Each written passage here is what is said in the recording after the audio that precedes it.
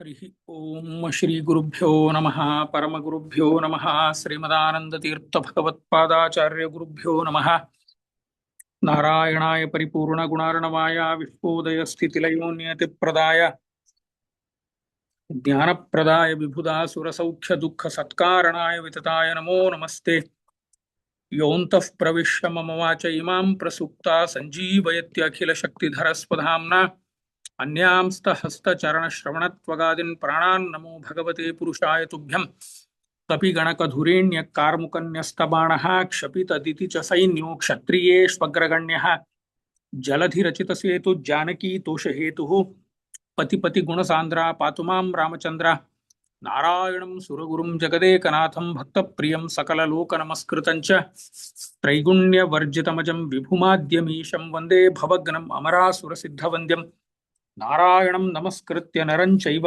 नरोत्तमं देवीं सरस्वतीं व्यासं ततो जयमुदीरयेत् ततो ग्रन्थम् उदीरयेत्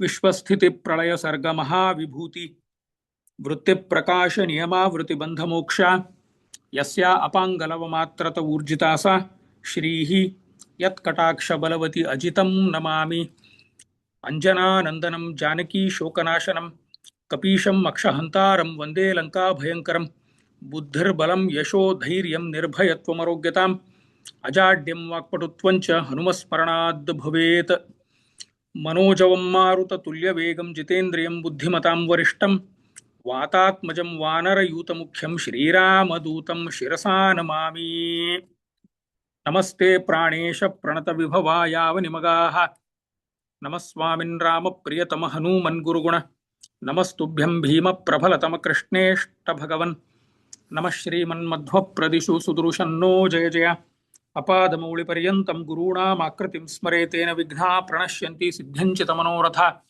वक्रतुण्डमहाकाय कोटिसूर्यसमप्रभ निर्विघ्नं कुरु मे देव सर्वकार्येषु सर्वदा तपोविद्याविरक्त्यादि सद्गुणौघाकरानहं वादिराजगुरून् वन्दे हयग्रीवदयाश्रयान् पूज्याय राघवेन्द्राय सत्यधर्मरताय च भजतां कल्पवृक्षाय नमतां कामधेनुवे दुर्वाधिद्वान्दरवये वैष्णवेन्दीवरेन्दवे श्रीराघवेन्द्रगुरवे नमो अत्यन्तदयाळवे मूकोऽपि यत्प्रसादेन मुकुन्दशयनायते राजराजायते रिक्तो राघवेन्दं तमाश्रयेत् कूजन्तं रामरामेति मधुरं मधुराक्षरम् आरोक्ष्य कविता शाखां वन्दे वाल्मीकिकोकिलम् हरिः ओम श्री गुरुभ्यो नमः हरिः ओम हरिः ओम हरिः ओम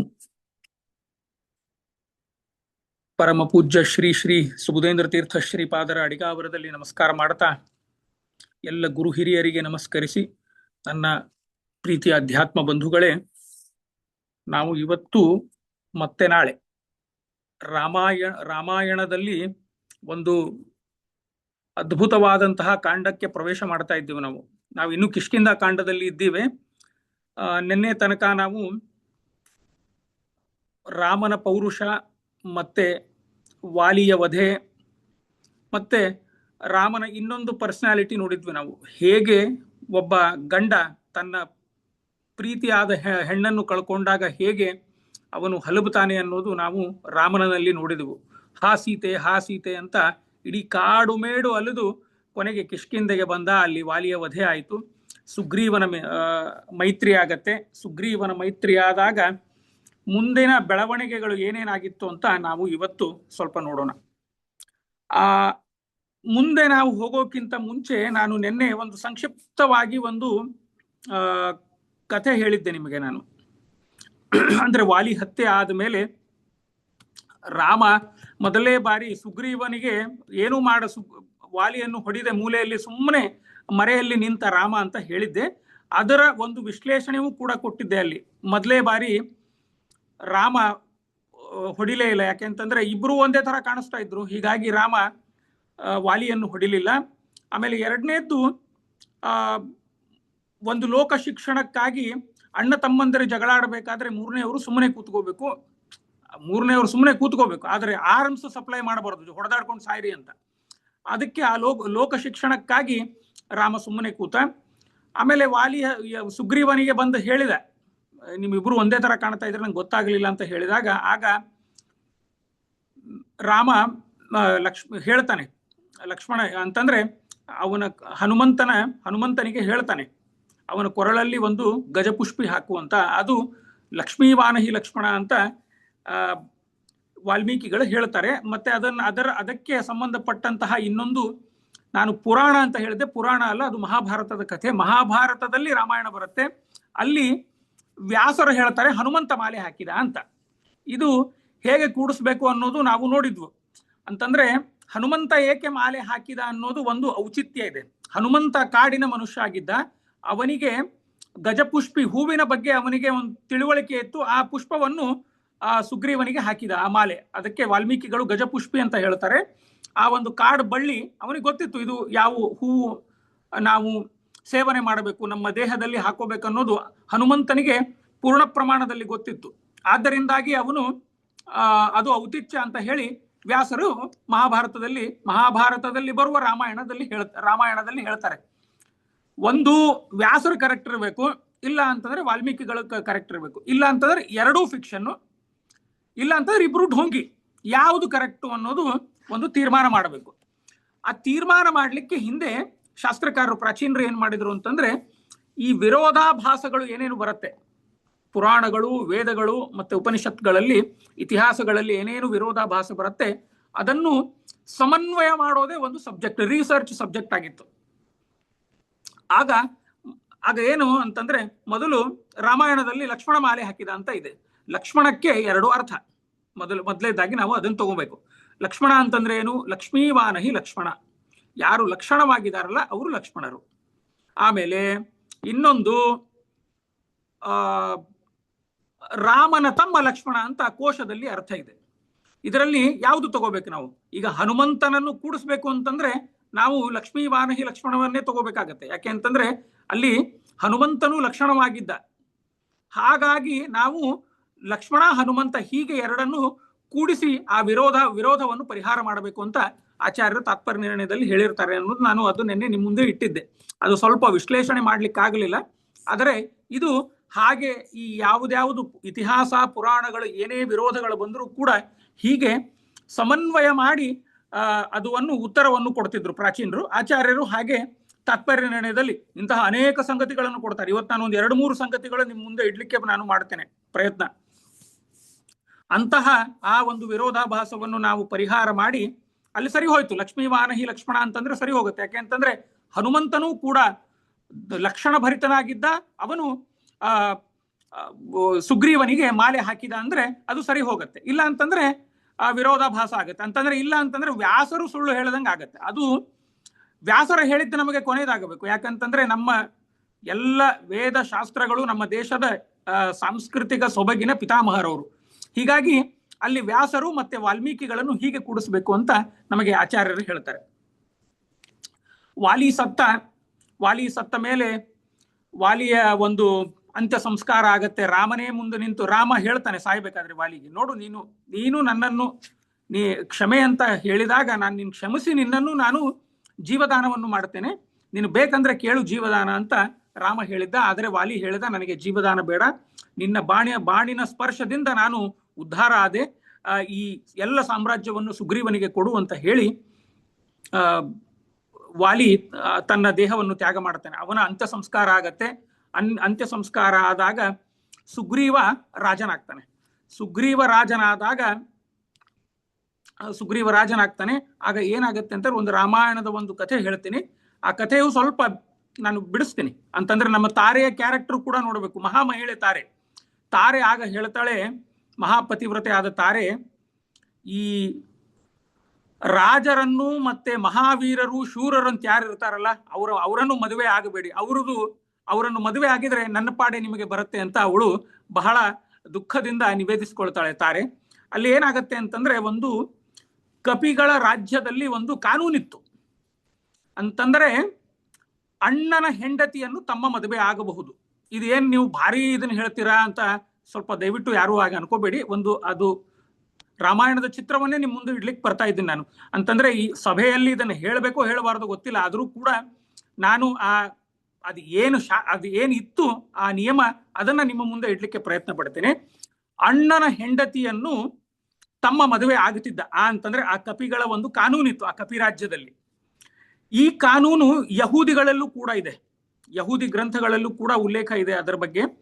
ಆಮೇಲೆ ಕೆಲವೊಂದು ಪಂಜಾಬ್ ಮತ್ತೆ ಹರಿಯಾಣ ಪ್ರಾಂತದ ಒಂದು ಬಡಕಟ್ಟು ಜನಾಂಗದಲ್ಲಿ ಈ ಒಂದು ಇದೆ ಅಂತ ನಾನು ಒಂದು ಕಡೆ ನೋಡಿದ್ದೆ.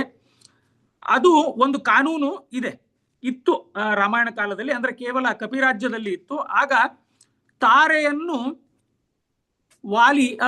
ವಾಲಿಯ ಹೆಂಡತಿ ತಾರೆಯನ್ನು ಮದುವೆ ಆಗ್ತಾನೆ ಇವನು ಸುಗ್ರೀವ. ಅತ್ತಿಗೆ ಅಂತಂದ್ರೆ ತಾಯಿಯ ಸಮಾನ ಅಂತ. ಈಗ ಅಂತಂದ್ರೆ ಇದು ಶಾಸ್ತ್ರದ ನಿಯಮ ಅಲ್ಲ, ಕಾನೂನು ಆಗಿ ಏನಿದ್ದು ಹೇಳ್ತೀನಿ ನಾನು. ಈಗ ಸಂಸ್ಕೃತದಲ್ಲಿ ಮೈದನಿಗೆ ಏನಂತಾರೆ? ದೇವರ ಅಂತಾರೆ. ದೇವರ ಅಂತಂದ್ರೆ ದ್ವಿತೀಯ ವರ ಅಂತ ಅರ್ಥ. ಹಾಗೆ ಆಗ ಒಂದು ಕಾನೂನಿತ್ತು. ಆ ತಾರೆಯ ಇಚ್ಛೆಯಂತೆ ಮೈದನ ಮದುವೆ ಆಗಿದ್ದ. ಅಂತಂದರೆ ಅಲ್ಲಿ ಅದಕ್ಕೆ ರಾಮನ ಒಪ್ಪಿಗೆ ಇತ್ತಲ್ಲಿ, ರಾಮ ಇದ್ದ ಅಲ್ಲಿ. ರಾಮ ವಾಲಿಯನ್ನು ಯಾಕೆ ಕೊಲ್ತಾನೆ ಅಂತಂದ್ರೆ, ಯಾವಾಗಲೂ ತಮ್ಮನ ಹೆಂಡತಿ ಮಗಳ ಸಮಾನ, ಆದ್ದರಿಂದಾಗಿ ಆ ಮಗಳನ್ನು ಇವನು ಬಲಾತ್ಕಾರವಾಗಿ ಇಟ್ಕೊಂಡಿದ್ದ ವಾಲಿ. ಅದಕ್ಕಾಗಿ ರಾಮ ಶಿಕ್ಷೆ ಕೊಟ್ಟ. ಇದು ತಾರೆಯ ಇಚ್ಛೆಯಂತೆ ಅವಳು ತನ್ನ ಮೈದನಾದ ಸುಗ್ರೀವನಿಗೆ ಮದುವೆ ಆದ್ಲು. ಆಮೇಲೆ ಈ ತಾರೆಗೆ ಮತ್ತೆ ಮಹಾಭಾರತಕ್ಕೆ ಒಂದು ನಂಟಿದೆ, ಅದನ್ನ ನಾನು ನಿಮ್ಮ ಮುಂದೆ ಹೇಳಿ ಮತ್ತೆ ನಾನು ಹನುಮಂತನ ಕಥೆಗೆ ಪ್ರವೇಶ ಮಾಡ್ತೇನೆ. ನಿಮಗೆ ಮಹಾಭಾರತದಲ್ಲಿ ಚಿತ್ರಾಂಗದ ಗೊತ್ತು, ಅರ್ಜುನನ ಹೆಂಡತಿ ಮತ್ತೆ ಬಬ್ರುವಾಹನನ ತಾಯಿ.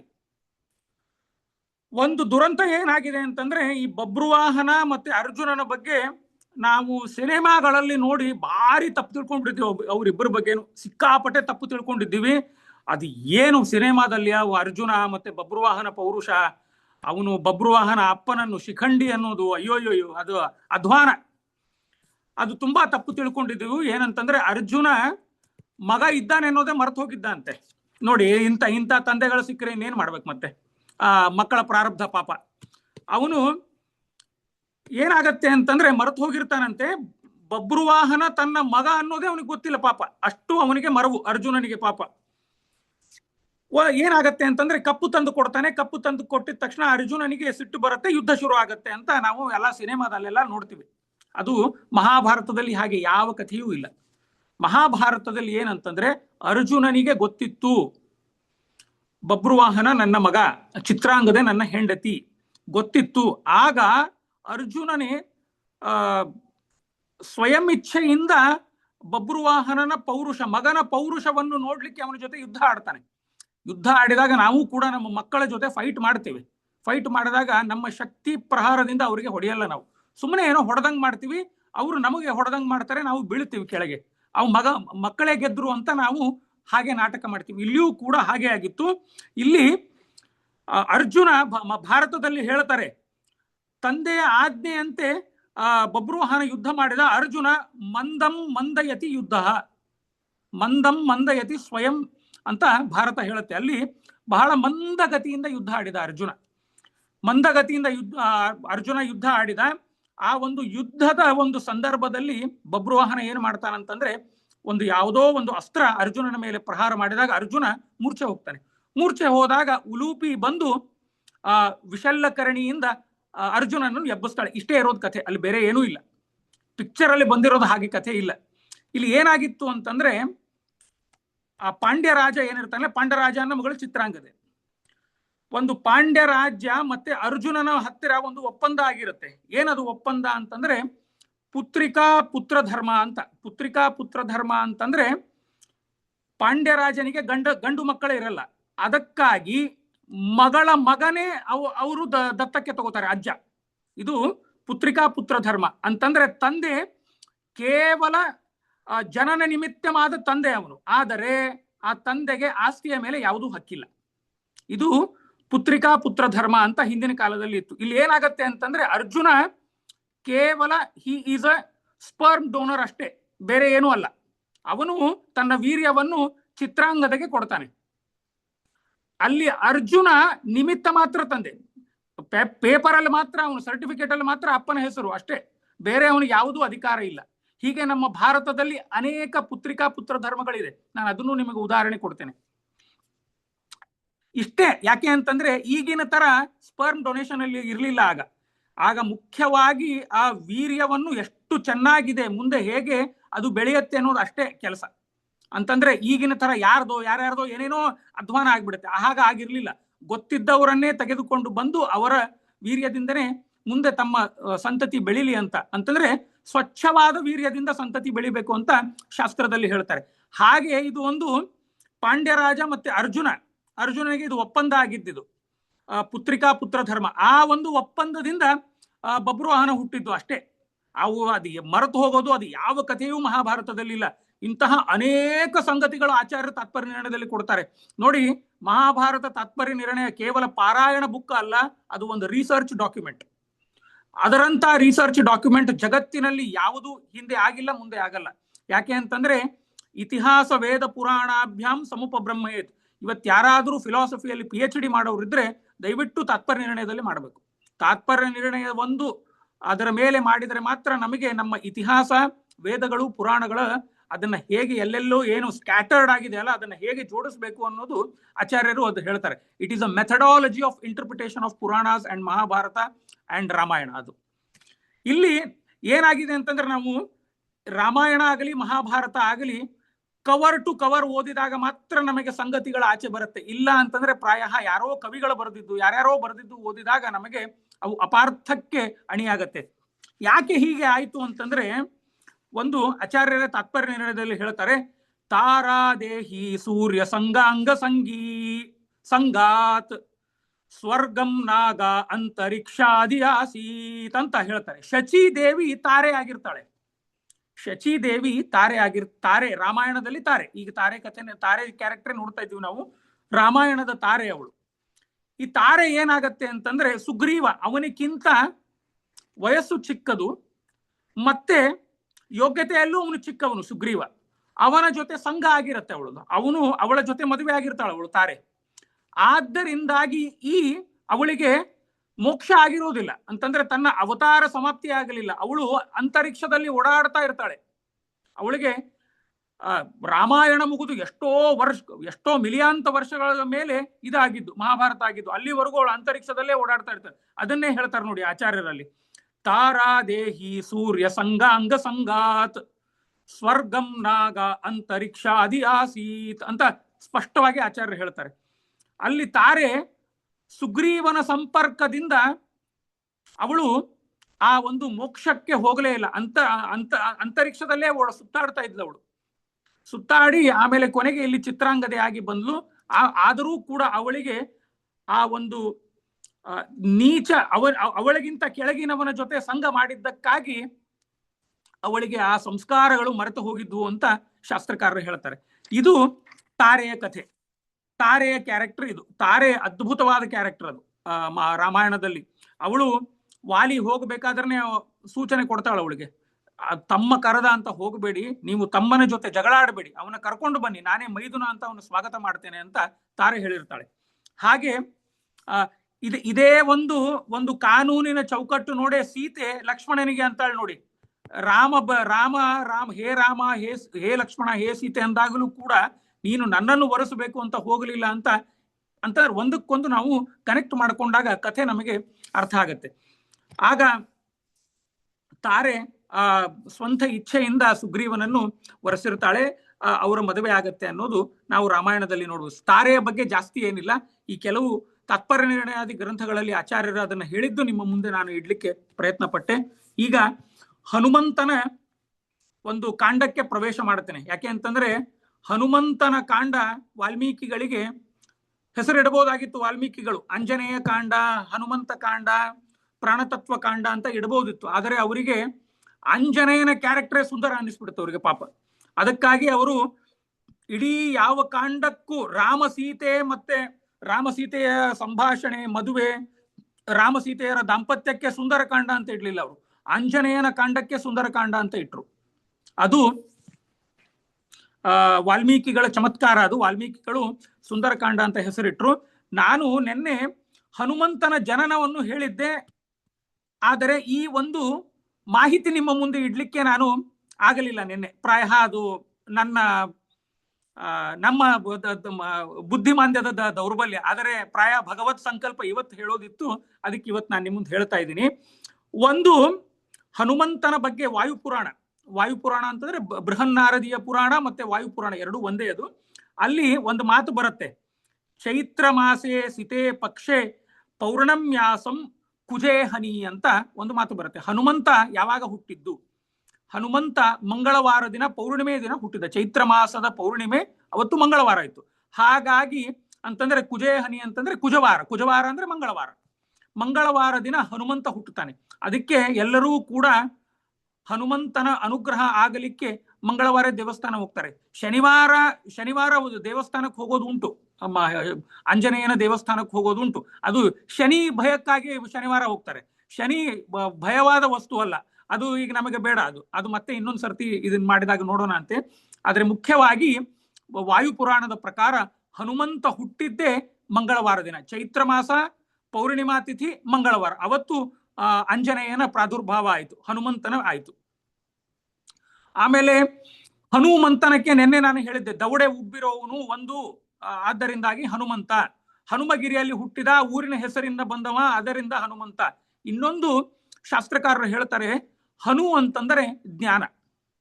ಅವನು ಜ್ಞಾನವಂತನಾಗಿದ್ದ, ತುಂಬಾ ಜ್ಞಾನವಂತನಾಗಿದ್ದ. ಅದಕ್ಕೆ ರಾಮ ನಿನ್ನೆ ಹನುಮಂತನಿಗೆ ಹೇಳ್ತಾನೆ ನೋಡಿ, ನಾನ್ ಋಗ್ವೇದಸ್ಯ ವಿನಿತಃ ನಾ ಯಜುರ್ವೇದ ನ ಸಾಮವೇದ ಧಾರಿಣ ಅಂತ ರಾಮ ನಿನ್ನೆ ಹನುಮಂತನಿಗೆ ಸರ್ಟಿಫಿಕೇಟ್ ಕೊಡ್ತಾನೆ. ಅದೇ ಹಾಗೆ ಅವನು ಹನುಮಂತ ಅಷ್ಟು ಜ್ಞಾನವಂತ ಮತ್ತೆ ಬುದ್ಧಿವಂತ, ಆದ್ದರಿಂದಾಗಿ ಹನುಮಂತ ಅಂತ ನಮಗೆ ಪುರಾಣಗಳಲ್ಲಿ ಬರುತ್ತೆ. ಆಮೇಲೆ ಇನ್ನೊಂದು ನಾನು ಒಂದು ಅವಲೋಕನ ಮಾಡ್ತಾ ಇದ್ದೆ, ಭವಿಷ್ಯ ಪುರಾಣದಲ್ಲಿ ಒಂದು ಮಾತು ಬರುತ್ತೆ. ಈಗ ನಮಗೆ ವಾಯುದೇವರು ಆಂಜನೇಯನಾಗಿ ಬಂದಿದ್ದು ರಾಮಾಯಣದಲ್ಲಿ, ಅದಕ್ಕೆ ನಮಗೇನು ವಿರೋಧ ಇಲ್ಲ. ಭೀಮ ವಾಯುತತ್ವನಾಗಿ ಮಹಾಭಾರತದಲ್ಲಿ ಬಂದ, ಅದಕ್ಕೂ ವಿರೋಧ ಇಲ್ಲ. ನಮಗೆ ಆಚಾರ್ಯ ಮಧ್ವರ ಮೇಲೆ ಸ್ವಲ್ಪ ಅಪನಂಬಿಕೆ, ಅವರು ವಾಯುದೇವರ ಅವತಾರವೋ ಅಲ್ಲವೋ ಅಂತ ಪ್ರಶ್ನೆ ಮಾಡಿದ್ದು, ಅದರ ಮೇಲೆ ಗುದ್ದಾಟ ಪಟ್ಟಿದ್ದು. ಅದಕ್ಕೆ ಭವಿಷ್ಯೋತ್ತರ ಪುರಾಣದಲ್ಲಿ ಒಂದು ಶ್ಲೋಕ ಇದೆ. ಅದು ಇವತ್ತಿನ ನಮ್ಮ ಪ್ರವಚನಕ್ಕೆ ಅದು ಇದು ಅಲ್ಲ, ಆದರೂ ಕೂಡ ನಾನು ನಿಮ್ಮ ಮುಂದೆ ಇಟ್ಟು ಮುಂದೆ ಹೋಗ್ತೇನೆ. ದ್ವೈಪಾಯನಸ್ಯ ಸೇವಾರ್ಥಂ ಬದರ್ಯಾಂ ತು ಕಲೌ ಯುಗೆ ಯತಿರೂಪಧರೋ ವಾಯು ಭವಿಷ್ಯತ್ತನ ಸಂಶಯ ಅಂತ ಭವಿಷ್ಯ ಪುರಾಣ ಹೇಳುತ್ತೆ. ಅಂತಂದ್ರೆ ನೋಡಿ, ದ್ವೈಪಾಯನಸ್ಯ ಸೇವಾರ್ಥಂ, ದ್ವೈಪಾಯನ ಅಂತಂದ್ರೆ ಕೃಷ್ಣ ದ್ವೈಪಾಯನ ಅಂದ್ರೆ ವೇದವ್ಯಾಸರ ಸೇವೆಗಾಗಿ ಬದರ್ಯಾಂ ತು ಕಲೌ ಯುಗೆ, ಬದರಿಯಲ್ಲಿ ಕಲಿಯುಗದಲ್ಲಿ ಯತಿರೂಪಧರೋ ವಾಯು ಯತಿರೂಪವಾಗಿ ಯತಿರೂಪದಿಂದ ಮತ್ತೆ ಭೂಮಿಗೆ ಬರ್ತಾನೆ ಅಂತ ಭವಿಷ್ಯೋತ್ತರ ಪುರಾಣ ಹೇಳುತ್ತೆ. ಇದು ನನಗೆ ಇವತ್ತು ಆ ಆಂಜನೇಯನ ಒಂದು ಹುಟ್ಟು, ಅದನ್ನೆಲ್ಲವನ್ನೂ ಅವಲೋಕ ಮಾಡಬೇಕಾದ್ರೆ ಅದು ಸಿಕ್ತು ನನಗೆ. ಅದನ್ನು ನಾನು ನಿಮ್ಮ ಮುಂದೆ ಇಡ್ಲಿಕ್ಕೆ ಇಚ್ಛಪಟ್ಟೆ. ಮುಂದೆ ಸುಗ್ರೀವ ರಾಜನಾಗ್ತಾನೆ. ಸುಗ್ರೀವ ರಾಜನಾದಾಗ ಇನ್ನ ಮುಂದೆ ಎಲ್ಲ ಆಯ್ತಲ್ಲ, ಎಲ್ಲ ಮಂಗಳ ಆಯ್ತು ಸುಗ್ರೀವನಿಗೆ ರಾಮನ ಅನುಗ್ರಹದಿಂದ, ರಾಮನ ಒಂದು ಅವನ ಮೈತ್ರಿಯಿಂದ ಎಲ್ಲವೂ ಮಂಗಳವಾಯಿತು ಸುಗ್ರೀವನಿಗೆ. ಇನ್ನ ಮುಂದೆ ಸೀತಾನ್ವೇಷಣೆಗೆ ಹೋಗಬೇಕು. ಅದಕ್ಕಿಂತ ಹೋಗಬೇಕಾದ್ರೆ ಮುಂದೆ ಸುಗ್ರೀವ, ರಾಮ, ಲಕ್ಷ್ಮಣ ಮತ್ತೆ ಆಂಜನೇಯ ಮತ್ತೆ ಅವನ ಕಪಿಗಳು ಜಾಂಬುವಂತಾದಿಗಳು ಎಲ್ಲರೂ ಕೂಡ ಒಂದು ಸಭೆ ಮಾಡ್ತಾರೆ. ಎಲ್ಲರ ಸಭೆ ಮಾಡಿದಾಗ ಆಗ ಒಂದು ಹೇಳ್ತಾರೆ, ಸೀತೆ ದಕ್ಷಿಣಾಭಿಮುಖವಾಗಿ ಲಂಕೆ ಕಡೆ ಹೋಗಿದ್ದಾಳೆ ಅನ್ನೋದು ಖಚಿತ ಆಗಿದೆ. ಅದ ಲಂಕೆಗೆ ಯಾರನ್ನು ಕಳಿಸಬೇಕು ಅಂತ ಅಲ್ಲಿ ಒಂದು ತೀರ್ಮಾನ ಮಾಡಬೇಕು. ತೀರ್ಮಾನ ಮಾಡಬೇಕಾದ್ರೆ ಅಲ್ಲೊಂದು ಪ್ರಶ್ನೆ ಬರುತ್ತೆ, ಯಾರನ್ನು ಕಳಿಸ್ಬೇಕು ಲಂಕೆಗೆ ಅಂತ ಹೇಳಿದಾಗ ಆಂಜನೇಯ ಶಾಲ್ ಹಾಕೊಂಡು ಹೊಚ್ಕೊಂಡು ಬರ್ಲಿಲ್ಲ. ನಾನು ಹೋಗ್ತೀನಿ ಅಂತ ಬಡಾಗಿ ಕೊಚ್ಕೊಂಡು ಆಂಜನೇಯ ಬರ್ಲಿಲ್ಲ. ಪಾಪ ಆಂಜನೇಯ ಎಲ್ಲೋ ಒಂದು ಕಡೆ ಕೂತಿದ್ದ ಅಷ್ಟೇ. ಯಾರು ಹೋಗ್ತೀನಿ ಅಂತ ಕೇಳಿದಾಗ ಎಲ್ಲರೂ ಜಾಂಬುವಂತ ಅಂತ ತೋರಿಸ್ತಾರೆ. ಜಾಂಬುವಂತ ಹೇಳ್ತಾನೆ, ನನಗೆ ವಯಸ್ಸಾಯ್ತು, ಶನ್ನವತಿ ಫಲೋಸ್ಮಿ, ನನಗೆ ವಯಸ್ಸಾಗಿದೆ, ನಾನು ಬಹಳ ಆದ್ರೆ ಹಾರಬಲ್ಲೆ ಮತ್ತು ವಾಪಸ್ ಬರ್ಲಿಕ್ಕೆ ನನ್ನ ಕಡೆ ತಾಕತ್ತಿಲ್ಲ, ನನಗೆ ಆಗಲ್ಲ ಅಂತ ಜಾಂಬು ಅಂತ ಹೇಳ್ತಾನೆ. ಆಗ ಜಾಂಬು ಅಂತ ಹೇಳ್ತಾನೆ, ಅಲ್ಲಿ ಕೂತಿದ ನೋಡಿ ಕಪಿ, ಅವನನ್ನು ಕಳಿಸಿ ಅಂತ ಆಂಜನೇಯನ ಹತ್ರ ತೋರಿಸ್ತಾನೆ. ಆಗ ಯಾಕೆ ಅಂತಂದ್ರೆ ಒಬ್ಬ ದೂತನಾಗಿ ಹೋಗುವವನು ಅವನ ಹತ್ರ ಏನೇನು ಕ್ವಾಲಿಟಿಗಳಿರ್ಬೇಕು. ಒಂದು ಮಾತು, ಒಂದು ಧೈರ್ಯ, ಹುಚ್ಚುಚ್ಚು ಧೈರ್ಯ ಇರಬಾರ್ದು, ಧೈರ್ಯ ಇರಬೇಕು. ಆಮೇಲೆ ಸಾಹಸ, ಒಂದು ಸ್ವಲ್ಪ ಗೂಢಚರ್ಯ ನೀತಿಯೂ ಕೂಡ ಇರಬೇಕು. ಅದಕ್ಕಾಗಿಯೇ ನಾನು ಮತ್ತೆ ಆ ಸೋಷಿಯಲ್ ಮೀಡಿಯಾದಲ್ಲಿ ನೋಡ್ತಾ ಇದ್ದೆ, ಪ್ರಾಯ ಆಂಜನೇಯನೇ ಮೊದಲನೆಯ ಧುರಂಧರ್ ಅಂತ ಹೇಳ್ತಾರೆ. ಯಾಕೆ ಅಂತಂದ್ರೆ ಅದಕ್ಕೆ ಒಂದು ಭವಿಷ್ಯ ಪುರಾಣದ್ದೇ ಒಂದು ಮಾತಿದೆ, ಅದನ್ನ ಹೇಳಿ ಮುಂದಕ್ಕೆ ಹೋಗ್ತೀನಿ ನಾನು. ಅಲ್ಲಿ ಯಾಕೆ ಧುರಂಧರ್ ಅಂತ ಸೋಷಿಯಲ್ ಮೀಡಿಯಾದಲ್ಲೆಲ್ಲ ಆಂಜನೇಯನೇ he was a first spy Dhurandhar to enter Lanka ಅಂತ ಎಲ್ಲ ಹೇಳ್ತಿದ್ದಾರೆ. ಅದಕ್ಕೆ ಒಂದು ಭವಿಷ್ಯ ಪುರಾಣದ ಒಂದು ಶ್ಲೋಕ ಸಿಕ್ತು ನನಗೆ, ಅದರಲ್ಲಿ ಇದೆ, ತ್ರಿಕೂಟ ಮೂರ್ತಿ ಸಂಯುಕ್ತ ತ್ರೇತಾಯಾಮ್ ರಾಕ್ಷಸಾಂತಕ ಹನುಮಾನಿತಿ ವಿಖ್ಯಾತೋ ರಾಮ ಕಾರ್ಯ ಧುರಂಧರ ಅಂತ. ಹೀಗೆ ಭವಿಷ್ಯ ಪುರಾಣದ ಒಂದು ಅದು ಮಾತದು. ಹೀಗೆ ಆಂಜನೇಯನನ್ನು ಕಳಿಸಬೇಕು. ಯಾಕೆ ಅಂತಂದ್ರೆ ಅಲ್ಲಿ ಭಾರಿ ರೆಸ್ಪಾನ್ಸಿಬಿಲಿಟಿ ಬೇಕಲ್ಲಿ ಒಬ್ಬ ದೂತನಾಗಿ ಹೋಗ್ಲಿಕ್ಕೆ. ಅನೇಕ ಸಂಗತಿಗಳು, ಅಲ್ಲಿ ಲಂಕೆಗೆ ಹೋಗೋದು ಅಷ್ಟು ಸುಲಭ ಇರಲಿಲ್ಲ. ಅದನ್ನು ಸಮುದ್ರವನ್ನು ದಾಟಿ ಹೋಗಬೇಕು, ಅವು ಎಲ್ಲವೂ ಕೂಡ ಕೇವಲ ಆಂಜನೇಯ ಮಾತ್ರ ಮಾಡ್ತಾನೆ ಅಂತ ಹೇಳಿ ತೀರ್ಮಾನ ಮಾಡಿದ್ರು. ಬೇರೆ ದಿಕ್ಕಿಗಳಿಗೆ ಬೇರೆ ಬೇರೆ ಕಪಿಗಳನ್ನೆಲ್ಲ ಕಳಿಸಿದ್ರು. ಅಂಗದ ಬೇರೆ ಕಡೆ ಹೋದ, ಮತ್ತೆ ಇನ್ನು ಬೇರೆ ಬೇರೆ ಕಪಿಗಳು ಬೇರೆ ಬೇರೆ ಕಡೆ ಹೋದ್ರು. ಆಗ ಹನುಮಂತ ಲಂಕೆಗೆ ಹೋಗಬೇಕು ಅಂತ ತೀರ್ಮಾನ ಮಾಡಿದಾಗ ಆಗ ಸುಗ್ರೀವ ಒಂದು ಮಾತು ಹೇಳ್ತಾನೆ. ಅದು ಅದ್ಭುತವಾದಂತಹ ಮಾತು ಹನುಮಂತನ ಬಗ್ಗೆ. ನಾನು ಅದನ್ನ ನಿಮ್ಮ ಮುಂದೆ ನಿವೇದಿಸ್ಕೊಳ್ತೇನೆ. ನ ಭೂಮೌ ನ ಅಂತರಿಕ್ಷೇವಾ ನಾಂಬರೇವಾ ಅಮರಾಲಯೇ ನಾಪ್ಸುವ ಗತಿ ಸಂಗಂತೆ ಪಶ್ಯಾಮಿ ಹರಿಪುಂಗವಹ ಅಂತ ಸುಗ್ರೀವನ ಉದ್ಗಾರ ಹನುಮಂತನ ಬಗ್ಗೆ. ಹನುಮಂತ, ನಿನ್ನ ಗತಿ ಏನಿದೆ ಅಲ್ಲ, ಅದನ್ನು ತಡೆಯಲಿಕ್ಕೆ ಜಗತ್ತಿನಲ್ಲಿ ಯಾವ ಶಕ್ತಿಯೂ ಇಲ್ಲ.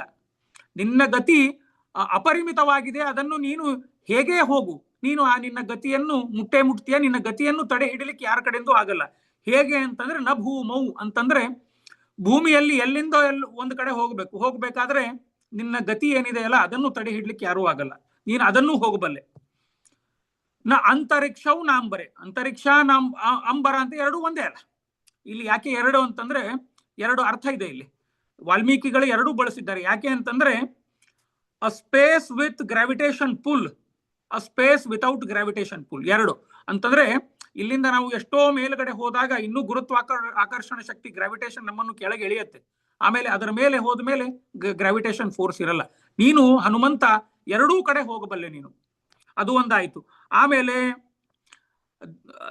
ದೇವಲೋಕಕ್ಕೂ ನೀನು ಹೋಗಿ ಬರಬಲ್ಲೆ, ಅದರಲ್ಲೂ ಏನು ಸಂಶಯ ಇಲ್ಲ. ಆಮೇಲೆ ನೀರಿನಲ್ಲಂತೂ ನಿನಗೆ ಅದು ಯಾವ ಕೆಲಸವೂ ಅಲ್ಲ, ನೀನು ನೀರಿನಲ್ಲ ಕೂಡ ನಿನ್ನ ವೇಗವನ್ನು ನೀನು ಕಮ್ಮಿ ಆಗಲ್ಲ ಅಂತ ಹನುಮಂತನ ಪೌರುಷದ ಬಗ್ಗೆ ಇಲ್ಲಿ ವಿಶ್ಲೇಷಣೆ ಮಾಡಿದರು ಸುಗ್ರೀವನ ಮುಖದಿಂದ ವಾಲ್ಮೀಕಿಗಳು.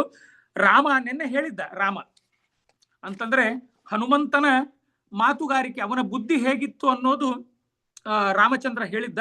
ಇವತ್ತು ರಾಮಚಂದ್ರನೂ ಕೂಡ ಹನುಮಂತನ ಬಗ್ಗೆ ಅವನ ಒಂದು ಧೈರ್ಯ ಮತ್ತೆ ಅವನ ಯಶೋ ಮತ್ತೆ ಅದರ ಧೈರ್ಯದ ಬಗ್ಗೆ ಒಂದು ಮಾತು ಹೇಳ್ತಾನೆ.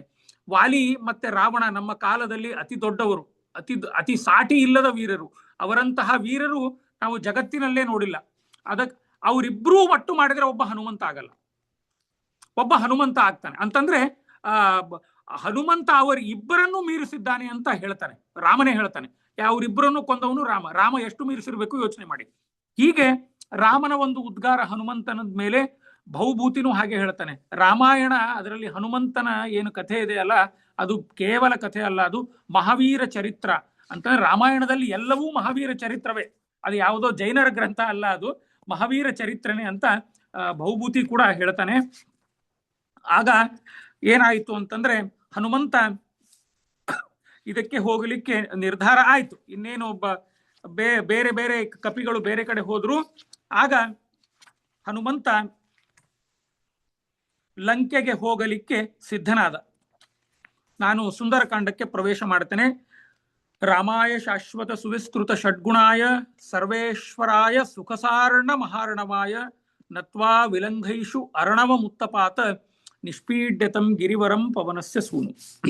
ಬುದ್ಧಿರ್ಬಲಂ ಯಶೋಧೈರ್ಯಂ ನಿರ್ಭಯತ್ವಂ ಆರೋಗ್ಯತಾಂ ಅಜಾಡ್ಯಂ ವಾಕ್ಪಟುತ್ವಂಚ ಹನುಮಸ್ಮರಣಾತ್ ಭವೇತ್. ಮಹೇಂದ್ರ ಪರ್ವತದ ಶಿಖರ ಮೇಲೆ ಹನುಮಂತ ನಿಂತ. ಇನ್ನೇನು ಹನುಮಂತ ಲಂಕೆ ಕಡೆ ಹಾರಬೇಕು.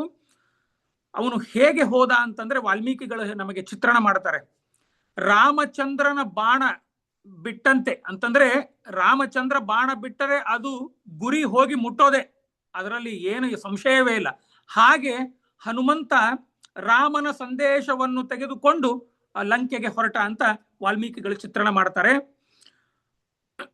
ಅಲ್ಲಿ ಏನಾಯ್ತು ಅಂತಂದ್ರೆ, ಹನುಮಂತ ಹೋಗಬೇಕಾದ್ರೆ ಒಂದು ಮಾತು ಹೇಳ್ತಾನೆ, ಎಲ್ಲಾದರೂ ಸೀತೆ ನನಗೆ ಸಿಗಲಿಲ್ಲ ಅಂತಂದ್ರೆ ಲಂಕೆಯನ್ನು ಎತ್ತಿಕೊಂಡು ಬಂದಾದರೂ ರಾವಣನ ಪಾದದಲ್ಲಿ ಹಾಕ್ತೇನೆ, ಒಂದನೇದ್ದು. ಎರಡನೇದ್ದು, ಯಾವುದೇ ದುಷ್ಟಶಕ್ತಿಗಳು ನನ್ನ ಮೇಲೆ ಬರಲಿ, ಅವ್ರೆಲ್ಲರನ್ನೂ ಸದೆ ಬಡಿದು ಆ ಲಂಕೆಯನ್ನು ತರ್ತೇನೆ. ಆಮೇಲೆ ಯಾರಾದರೂ ದೇವತೆಗಳನ್ನು ನನ್ನ ತಡೆಯಲಿಕ್ಕೆ ಬಂದರೂ ಕೂಡ ಅವರನ್ನು ಕೂಡ ನಾನು ಅವ್ರ ಜೊತೆಯೂ ಹೋರಾಡಿ ನಾನು ಸೀತೆಯನ್ನು ಕಂಡು ರಾಮನ ಸಂದೇಶವನ್ನು ಕೊಟ್ಟು ಬರೋದೇ, ಇಲ್ಲ ಅಂತಂದ್ರೆ ಲಂಕೆಯನ್ನು ತಂದು ರಾಮನ ಪಾದದ ಬುಡಕ್ಕೆ ಹಾಕ್ತೇನೆ ಅಂತ ಹನುಮಂತ ಪ್ರತಿಜ್ಞೆ ಮಾಡ್ತಾನೆ. ಹನುಮಂತ ಪ್ರತಿಜ್ಞೆ ಮಾಡಿ ಮಹೇಂದ್ರ ಪರ್ವತದಿಂದ ನೆಗಿತಾನೆ. ಅಲ್ಲಿ ಮಹೇಂದ್ರ ಪರ್ವತದ ಮೇಲೆ ಕಾಲಿಟ್ಟು ಅದು ಪುಷ್ ಮಾಡಿ ತನ್ನ ಶಕ್ತಿಯನ್ನು ಅಂತಂದ್ರೆ ವೆಲಾಸಿಟಿ ಇದನ್ ಮಾಡ್ತಾನೆ ಅವನು ಆಂಜನೇಯ. ಹನುಮಂತ ಮಹೇಂದ್ರ ಪರ್ವತದಿಂದ ಹಾರ್ತಾನೆ. ಪರ್ವತ ಎಲ್ಲ ನಡಗಲಿಕ್ಕೆ ಪ್ರಾರಂಭ ಆಗತ್ತೆ ಅವನ ವೇಗ, ಅವನ ಗತಿಯಲ್ಲಿ. ಆಗ ಆಕಾಶದಲ್ಲಿ ಹಾರ್ತಾ ಇದ್ದ ಅಪ್ಸರೆ ಸ್ತ್ರೀಯರು ಹೂವನ್ನು ತೆಗೆದುಕೊಂಡು ಹೋಗ್ತಾ ಇದ್ರು ಇಂದ್ರನಿಗೆ. ಆ ಹೂವನ್ನು ಆ ಹನುಮಂತನಿಗೆ ಸಮರ್ಪಣೆ ಮಾಡ್ತಾರೆ. ಆ ಒಂದು ದೃಶ್ಯವನ್ನು ನೋಡಿ ಆಮೇಲೆ ದೇವ ಕಾರ್ಯಕ್ಕೆ ಮಹೇಂದ್ರ ಪರ್ವತದಿಂದ ತ್ರಿಕೂಟಕ್ಕೆ ಹಾರಿದ್ದ ಹನುಮಂತ. ಆಗ ಜಯವಾಗಲಿ ಅಂತ ಎಲ್ಲ ದೇವತಾ ಶಕ್ತಿಗಳು ಏನು ಆಕಾಶದಲ್ಲಿ ಇತ್ತು ಅವು ಎಲ್ಲವೂ ಕೂಡ ಹನುಮಂತನನ್ನು ಹರಿಸಿತು ಅಂತೆ. ಆಗ ಮುಂದೆ ರಾವಣನ ರಾಜಧಾನಿ ಹೋಗ್ಬೇಕು. ಇನ್ನೇನು ಏನಾಗಿದೆ ಅಂತಂದ್ರೆ, ಸುಮಾರು ಹನುಮಂತ ಒಂದು 30 ಯೋಜನ, ಒಂದು ಯೋಜನ ಅಂತಂದ್ರೆ ಸುಮಾರು ಒಂದು 7-8 ಕಿಲೋಮೀಟರ್ ಅನ್ಕೊಳ್ಳಿ, ಅಪ್ರಾಕ್ಸಿಮೇಟ್ಲಿ ಅಷ್ಟೇ ಅಂತ ನಾನು ಕರಾರುವಾಕ್ಕಾಗಿ ಹೇಳುತ್ತಿಲ್ಲ, ಒಂದು 7-8 ಕಿಲೋಮೀಟರ್. ಇಲ್ಲಿ 100 ಯೋಜನ ಇತ್ತು ಕಿಷ್ಕಿಂಧೆಯಿಂದ ಲಂಕೆಗೆ ಅವನು ಹಾರೋ ಇದಕ್ಕೆ. ಆಗ ಏನಾಗತ್ತೆ ಅಂತಂದ್ರೆ, ಮೈನಾಕ ಪರ್ವತ ಸಮುದ್ರದಲ್ಲಿ ಮುಳುಗಿತ್ತು. ಯಾಕೆ ಅಂತಂದ್ರೆ ಅದಕ್ಕೊಂದು ಪುರಾಣದ ಕಥೆ ಇದೆ. ಇಂದ್ರ ಏನ್ ಮಾಡ್ತಾನೆ, ಈ ಪರ್ವತಗಳ ರೆಕ್ಕೆಯನ್ನು ಎಲ್ಲ ಕಡಿತಾನೆ. ಪರ್ವತವನ್ನು ರೆಕ್ಕೆ ಕಡಿಬೇಕಾದ್ರೆ ಈ ಮೈನಾಕ ಏನ್ ಮಾಡಿರ್ತಾನೆ ಅಂತಂದ್ರೆ ವಾಯುದೇವರಿಗೆ ಶರಣಾಗಿರ್ತಾನೆ. ವಾಯುದೇವರು ಏನ್ ಮಾಡ್ತಾರಂತಂದ್ರೆ ಸಮುದ್ರದಲ್ಲಿ ಮುಳುಗಿಸ್ಬಿಟ್ಟಿರ್ತಾರೆ ಅದನ್ನ. ಈಗ ಮೈನಾಕ ಆ ಹೇಮಂತ ಪರ್ವತನ ಮಗ ಇವನೇನ್ ಮೈನಾಕ ಇದಾನಲ್ಲ, ಈ ಮೈನಾಕ ಆಂಜನೇಯ ಸ್ವಲ್ಪ ರೆಸ್ಟ್ ತಗೊಳ್ಳಿ ಅಂತ ಆ ಸಮುದ್ರದ ಮೇಲೆ ಬಂದು ಬಿಡ್ತಾನೆ. ಸಮುದ್ರದಲ್ಲಿ ಮೇಲೆ ಬಂದಾಗ ಆಗ ಹೇಳ್ತಾನೆ, ನಾನು ಕೆಲವು ಹಣ್ಣುಗಳನ್ನು ತಂದಿದ್ದೇನೆ, ನೀನು ನನ್ನಲ್ಲಿ ವಿಶ್ರಾಂತಿ ತೆಗೆದುಕೊಂಡು ಮತ್ತೆ ನೀನು ಹೋಗು, ನಾನು ಶಿವನ ಭಾವಮೈದ್ನ, ನೀನು ನನ್ನ ಆತಿಥ್ಯ ಸ್ವೀಕಾರ ಮಾಡಿ ಹೋಗು ಅಂತ ಹೇಳಿದಾಗ ಆಂಜನೇಯ ಹೇಳ್ತಾನೆ, ಆಂಜನೇಯನಿಗೆ ರೆಸ್ಟ್ ಹಾಕಬೇಕು ಹೇಳಿ, ಪ್ರಾಣದೇವರು ರೆಸ್ಟ್ ತಗೊಂಡ್ರು ಅಂತಂದ್ರೆ ಮುಗಿದೋಯ್ತು ನಮ್ಮೆಲ್ಲರ ಕಥೆ.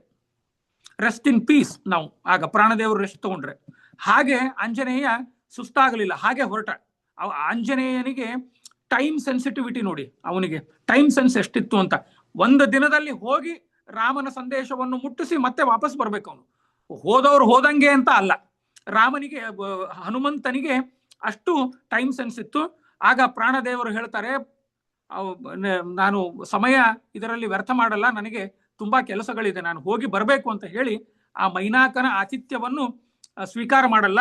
ಆಗ ಆ ಮೈನಾಕನಿಗೆ ಹೇಳ್ತಾನೆ, ನಿನ್ನ ಆತಿಥ್ಯಕ್ಕೆ ನಾನು ಚಿರುಋಣಿ, ಆದರೆ ಈಗ ನಾನು ಅದನ್ನು ಸ್ವೀಕಾರ ಮಾಡ್ಲಿಕ್ಕಾಗಲ್ಲ ಅಂತ ಹೇಳಿ ಆ ಮೈನಾಕನಿಗೂ ಅನುಗ್ರಹ ಮಾಡಿ ಮತ್ತೆ ಆಂಜನೇಯ ತನ್ನ ಪಯಣವನ್ನು ಮುಂದೆ ಒರೆಸ್ತಾನೆ. ಅವನು ಎಲ್ಲೂ ನಿಂತೇ ಇಲ್ಲ, ಹಾಗೆ ಹೊರಟ ಅವನು. ಆಗ ನಿನ್ನ ಸೌಜನ್ಯಕ್ಕೆ ನಾನು ಕೃತಜ್ಞತೆ ಅಂತ ಹೇಳಿ ಆಗ ಆಂಜನೇಯ ಅಲ್ಲಿಂದ ಹೊರಡ್ತಾನೆ ಮತ್ತೆ ಮುಂದೆ. ಆಗ ಏನಾಗತ್ತೆ ಅಂತಂದ್ರೆ, ಮುಂದೆ 2 ಘಟನೆಗಳನ್ನು ವಾಲ್ಮೀಕಿಗಳು ಚಿತ್ರ ಮಾಡ್ತಾರೆ.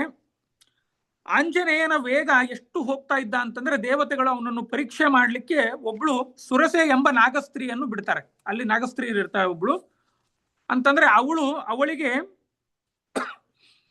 ಅವಳಿಗೆ ಏನಂತಂದ್ರೆ ಅವಳ ಬಾಯಿಗೆ ಹೋಗಿ ಯಾರೇ ಬಂದ್ರು ಅವಳು ಸ್ವೀಕಾರ ಮಾಡ್ತಿರ್ತಾಳ ಅವಳು. ಆಗ ಏನು ಮಾಡ್ತಾನೆ ಅಂತಂದ್ರೆ ಈ ಹನುಮಂತ ಲಂಕೆಗೆ ಹೋಗ್ಲಿಕ್ಕೆ ಅವಳು ಅಡ್ಡಿ ಆಗ್ತಾಳೆ, ವಿಘ್ನ ಮಾಡ್ತಾಳೆ. ಆಗ ಹನುಮಂತ ಹೇಳ್ತಾನೆ, ಹನುಮಂತನಿಗೆ ಗೊತ್ತು ಅವಳು, ಆ ಸುರಸೆ ಏನ್ ಮಾಡ್ತಾಳೆ ಅಂತಂದ್ರೆ ಹನುಮಂತನನ್ನು ತಿನ್ಬೇಕು ಅಂತ ಹೇಳಿ ದೊಡ್ಡದಾಗಿ ಬಾಯಿ ತೆಗಿತಾಳೆ. ಹನುಮಂತ ಅವನು ಇನ್ನೂ ಅವನು ಭೂಮಿಯೋಕಾಶ ಆಗ್ತಾನೆ, ಆದರೂ ಕೂಡ ಅವಳು ಬಾಯಿ ತೆಗಿತಾಳೆ. ಆಗ ಹನುಮಂತ ಒಂದು ಚಿಕ್ಕ ಹೆಬ್ಬೆರಳಿನಷ್ಟಾಗಿ ಅವಳ ಒಳಗಡೆ ಹೋಗಿ ಬಂದ್ಬಿಡ್ತಾನೆ. ಅಂತಂದ್ರೆ ದೇವತೆಗಳ ಮಾತು ಉಳಿದಿರ್ಬೇಕು, ಅವಳ ಮಾತು ಉಳಿದಿರ್ಬೇಕು. ಆಗ ಮತ್ತೆ ಮುಂದೆ ಅದನ್ನು ಅವಳು ಕೂಡ ಹೇಳ್ತಾಳೆ, ನಿನ್ನ ಹೋಗೋ ಕಾರ್ಯ ಯಶಸ್ವಿಯಾಗಲಿ ಅಂತ ಹನುಮಂತನಿಗೆ ಅವಳು ಕೂಡ ಹರಿಸ್ತಾಳೆ. ಹರಿಸಿ ಅಲ್ಲಿಂದ ಮುಂದೆ ಹನುಮಂತ ತನ್ನ ಪಯಣವನ್ನು ಸಾಗಿಸ್ತಾನೆ. ಆಗ ಏನಾಗತ್ತೆ ಅಂತಂದ್ರೆ ಪರ್ವತಾಕಾರವಾಗಿ ನಿಂತಿದ್ದ ಹನುಮಂತ ಅವನು ಅವಳ ಬಾಯಿ ಒಳಗಡೆ ಹೋಗಿ ಬಂದ, ಸುರಸೆಯ ಒಳಗಡೆ. ಆಮೇಲೆ ನೀನು ಬದುಕಿದೆ, ದೇವತೆಗಳ ವರವನ್ನು ನೀನು ಬದುಕಿಸಿದೆ ಅಂತ ಅವಳು ಅಪಾರವಾಗಿ ನಿನ್ನ ಹೋಗಿರುವ ಕೆಲಸ ನಿಶ್ಚಿತವಾಗಿ ನಿನ್ನ ಕೆಲಸ ಆಗಿ ಬರಲಿ ಅಂತ ಅವಳು ಹೇಳ್ತಾಳೆ. ಸೀತೆಯನ್ನು ನೀನು ಕಂಡೇ ಕಾಣ್ತಿ ಅಂತ ಅವಳು ಕೂಡ ಸುರಸೆ ಹೇಳ್ತಾಳೆ. ಅಲ್ಲಿ ಆಕೆ ಹರಕೆ ಮಾತನ್ನು ಹೊತ್ತ ಹನುಮಂತ ಮುಂದೆ ಹೋದ. ಆಕಾಶದಲ್ಲಿ ಹಾರುವಾಗ ಸಿಂಹಿಕೆ ಕಾಣಿಸ್ತಾಳೆ. ಸಿಂಹಿಕೆ ಆಕೆ ಲಂಕೆಗೆ ಹೋಗೋಕ್ಕಿಂತ ಮುಂಚೆ ಸಿಂಹಿಕೆ ಕಾಣಿಸ್ತಾಳೆ. ಅವಳಿಗೆ ಒಂದು ಚತುರ್ಮುಖನ ವರ ಇರುತ್ತೆ, ಬಲ ಇರುತ್ತೆ. ಅವಳು ಒಂಥರ ಈ ಬರ್ಮುಡಾ ಟ್ರಯಾಂಗಲ್ ಇದ್ದಂಗೆ, ಯಾವುದೇ ಅವಳ ಮೇಲೆ ಹಾರಾಡಿ ಹೋಗ್ಬೇಕಾದ್ರೆ ಅದನ್ನು ಕೆಳಗೆ ಎಳಿತಿರ್ತಾಳೆ. ಆಗ ಹನುಮಂತ ಏನ್ ಮಾಡ್ತಾನಂತಂದ್ರೆ ಅವಳು ಕೂಡ ಹಾಗೆ ಬಾಯಿ ತೆಗಿತಾಳೆ. ಹನುಮಂತ ಒಳಗಡೆ ಹೋಗಿ ಅವಳ ಹೃದಯ ದ್ವಾರವನ್ನು ಭೇದನೆ ಮಾಡಿ ಆಚೆ ಬರ್ತಾನೆ. ಅಲ್ಲಿ ಸಿಂಹಿಕೆ ಸಾಯ್ತಾಳೆ. ಸಿಂಹಿಕೆ ಸತ್ತ ಮೇಲೆ ಮುಂದೆ ಮಹಿಮನಾದ ಮಾರುತಿ ಮತ್ತೆ ಮುಂದೆ ಹೋಗ್ತಾನೆ. ಲಂಕೆ ಕಾಣಿಸುತ್ತಾಗ ಲಂಕೆಯ ಕೋಟೆ ಲಂಬ ಪರ್ವತ ಕಾಣಿಸುತ್ತೆ, ಅಲ್ಲಿ ನಿಂತ್ಕೋತಾನೆ. ಅಂತಂದ್ರೆ ತ್ರಿಕೂಟದ ಶಿಖರದಲ್ಲಿ ನಿಂತು ಹನುಮಂತ ಮೇಲೆ ಎಲ್ಲ ಒಂದು ಸರ್ತಿ ಲಂಕೆಯನ್ನು ವೀಕ್ಷಣೆ ಮಾಡ್ತಾನೆ. ಹನುಮಂತ 100 ಯೋಜನ ದಾಟಿ ಬಂದ. ಈಗ 100 ಯೋಜನ ದಾಟಿ ಬಂದ, ಆದರೂ ಕೂಡ ಹನುಮಂತನಿಗೆ ದಣಿವಾಗಲಿಲ್ಲ. ಹನುಮಂತ ಒಂದು ಕ್ಷಣ ಏನ್ ಮಾಡ್ತಾನಂತಂದ್ರೆ ಹೇಗೆ